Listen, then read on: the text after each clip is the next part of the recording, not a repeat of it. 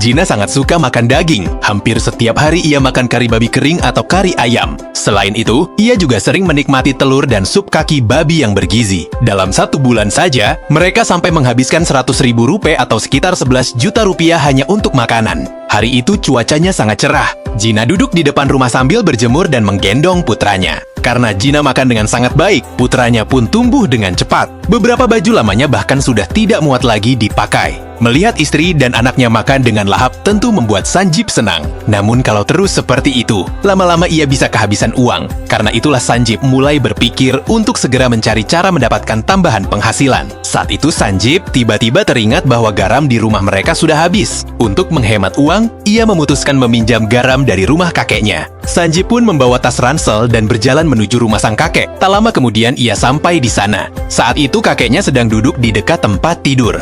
Ketika mendengar Sanjeev datang untuk meminjam garam, sang kakek langsung menunjukkan tempat penyimpanannya. Sanjeev kemudian membawa ember berisi garam itu ke halaman rumah dan mulai menumbuknya hingga halus. Banyak keluarga pedesaan di Nepal memang membeli garam batu mentah seperti ini karena harganya jauh lebih murah dibanding garam olahan pabrik. Garam tersebut berasal dari tambang pegunungan Himalaya dan berbentuk kristal putih besar yang masih alami tanpa campuran bahan industri modern. Biasanya garam itu harus ditumbuk menggunakan lesung kayu hingga menjadi bubuk halus sebelum dipakai untuk memasak. Sementara itu, anak-anak ayam di rumah mereka juga mulai tumbuh besar, begitu juga babi hitam peliharaan yang semakin gemuk setiap harinya. Jika ukurannya sudah cukup besar, Sanjeev berencana membawa hewan-hewan itu ke pegunungan. Setelah Sanjeev selesai menumbuk garam hingga halus, nenek membantu menyaringnya menggunakan saringan kecil sebelum dimasukkan ke dalam botol. Setelah itu, Sanjeev memasukkan garam tersebut ke dalam tasnya dan membawa beberapa buah-buahan untuk dibawa pulang. Saat Sanjeev tiba di rumah, Gina sudah menunggunya di halaman. Melihat suaminya pulang, Gina langsung merebus air di dalam panci. Hari itu adik ipar mereka juga sedang datang berkunjung dan membawa 1 dus mie instan. Ia lalu memberikan 5 bungkus mie kepada Gina. Gina membuka bungkus mie instan, mengambil semua bumbunya, lalu menghancurkan mie tersebut dan memasukkannya ke dalam panci. Namun di tengah memasak, putra mereka tiba-tiba mengompol.